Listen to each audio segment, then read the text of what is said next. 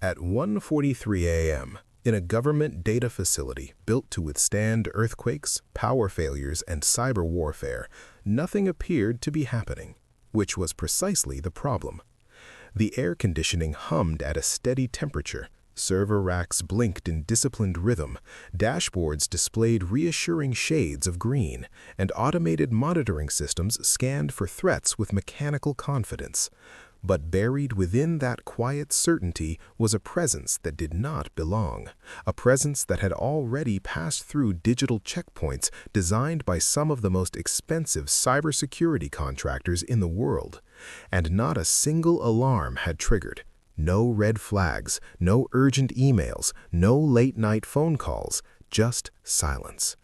And that silence was the greatest victory an unknown hacker could achieve. Long before any government suspected a breach, long before analysts would sit in windowless rooms trying to reconstruct what happened, the individual behind it had already learned something essential about power. Systems do not fail loudly, they fail quietly. And the quieter you move, the more invisible you become. He did not begin with governments in mind. He began with curiosity. As a teenager, he was less interested in breaking things and more interested in understanding how they worked. He studied patterns obsessively, how websites loaded, how permissions stacked, how databases spoke to each other behind interfaces that looked simple on the surface. He discovered that what most people called secure was often just assumed secure, and assumptions, he learned, were rarely tested unless something went wrong. He spent years observing rather than attacking.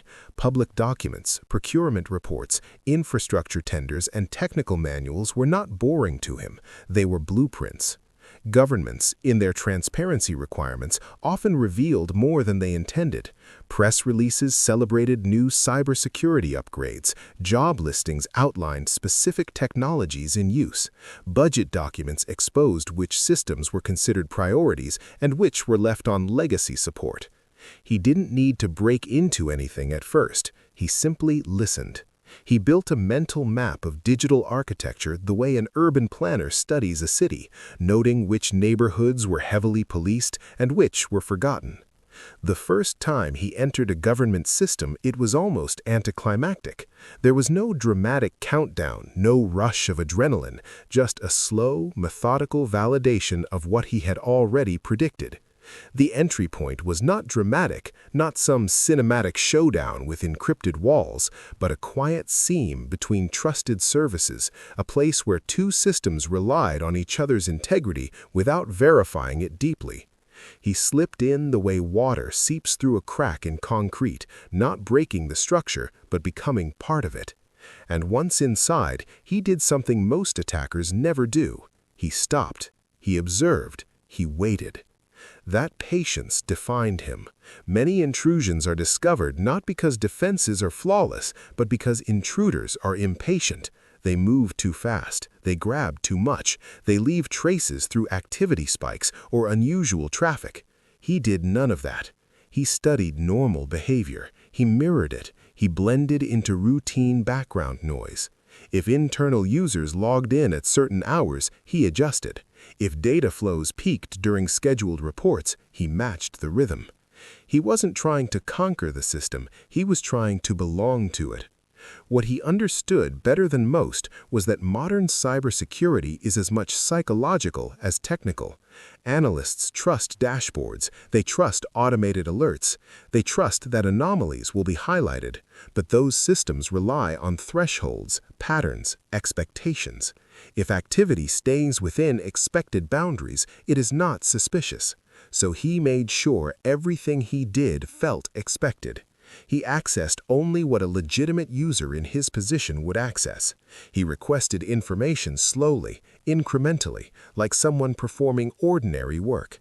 There were no brute force attempts, no aggressive scans, no obvious signatures, just quiet alignment with what the system already believed was normal. As months passed, he expanded cautiously. He identified interconnected agencies sharing vendors and authentication services. Governments often outsource segments of their infrastructure, creating digital bridges between departments and even between countries. These bridges are built on trust. Trust that a partner's system is secure, trust that authentication tokens are valid, trust that shared services behave as promised. He realized that by understanding one node deeply, he could predict adjacent ones. He didn't think in terms of borders, he thought in terms of networks. Borders exist on maps, networks ignore them. The first government he infiltrated never realized the extent of his presence. Internal audits showed nothing catastrophic, no classified files leaked publicly, no critical infrastructure sabotaged. That was intentional. He was not motivated by chaos or profit, he was motivated by proof. Proof that even the most fortified digital environments were built on human decisions, and human decisions are fallible. He navigated through layers of access not by smashing through barriers, but by aligning himself with workflows. When one agency trusted another, he inherited that trust. When one department relied on automated approvals, he rode those approvals quietly. Each step was small, almost forgettable in isolation, but together they formed a pathway that spanned multiple institutions. The night he accessed a second government's network felt no different than the first. No alarms, no dramatic music swelling in the background, just the familiar glow of a screen and the steady rhythm of servers accepting his presence as legitimate. He moved as though he were a routine administrative process executing its nightly tasks. Logs recorded his activity as normal operations. Monitoring tools categorized his behavior as compliant. The irony was almost poetic. The systems designed to detect outsiders had effectively categorized him as an insider. Inside secure facilities, cybersecurity teams ran simulations of foreign attacks, prepared for coordinated disruptions, and briefed officials on emerging threats. They imagined loud scenarios, massive data theft, destructive malware, politically motivated sabotage. They rarely imagined someone who would simply sit quietly within their infrastructure for months, observing communication patterns. They studied how quickly patches were applied. They noticed which alerts were escalated and which were dismissed as false positives. Over time, they learned the human tempo behind the machines. Hierarchy became their greatest ally. In large organizations, responsibility is distributed.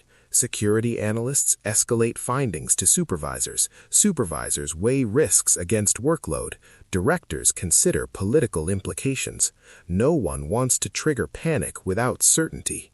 Minor anomalies are often rationalized. A strange login time might be explained as remote work. Slight data fluctuations might be attributed to system updates. He understood that doubt works in his favor. As long as nothing catastrophic happened, small irregularities would dissolve into routine noise. Years passed, and his presence expanded like an invisible thread woven through multiple governments. He never took more than he needed to validate access. He never altered records in ways that would draw scrutiny. He simply proved to himself that he could navigate the corridors of power without being seen. He mapped the digital skeletons of institutions that projected strength to the world. He discovered redundancies, forgotten servers, outdated modules still connected to critical networks. He realized that modernization efforts often layered new systems atop old ones, creating complexity that no single administrator fully understood. One evening, after months of silent observation across several jurisdictions, he considered announcing himself, not to boast, not to threaten, but to reveal. He drafted a message, a simple line that would appear in a secure monitoring interface that only internal staff could see. "You never saw me." Within minutes, confusion rippled through security teams. Screenshots were taken, calls were made, analysts began combing logs, but the logs showed nothing definitive. No malicious payload, no obvious exploit, just ordinary activity. The information itself had been inserted through legitimate channels, using credentials that appeared valid. Panic simmered beneath professional composure. Meetings were convened, external consultants were contacted, yet even as investigations intensified, he was already retreating, closing the pathways he had opened, erasing the faint trails that might have pointed toward him. What haunted officials most was not what he did, but what he could have done. He had demonstrated access without causing harm. That suggested capability, and capability left unexplained breeds anxiety. Governments reassured the public that there was no evidence of data compromise. They emphasized resilience. They announced audits and upgrades. But internally, confidence had cracked. If someone could infiltrate without triggering alarms, what did their security actually measure? He vanished as quietly as he had arrived. Systems were hardened, policies rewritten, budgets expanded. Cybersecurity briefings grew more urgent, yet no definitive suspect emerged. Analysts debated whether it had been a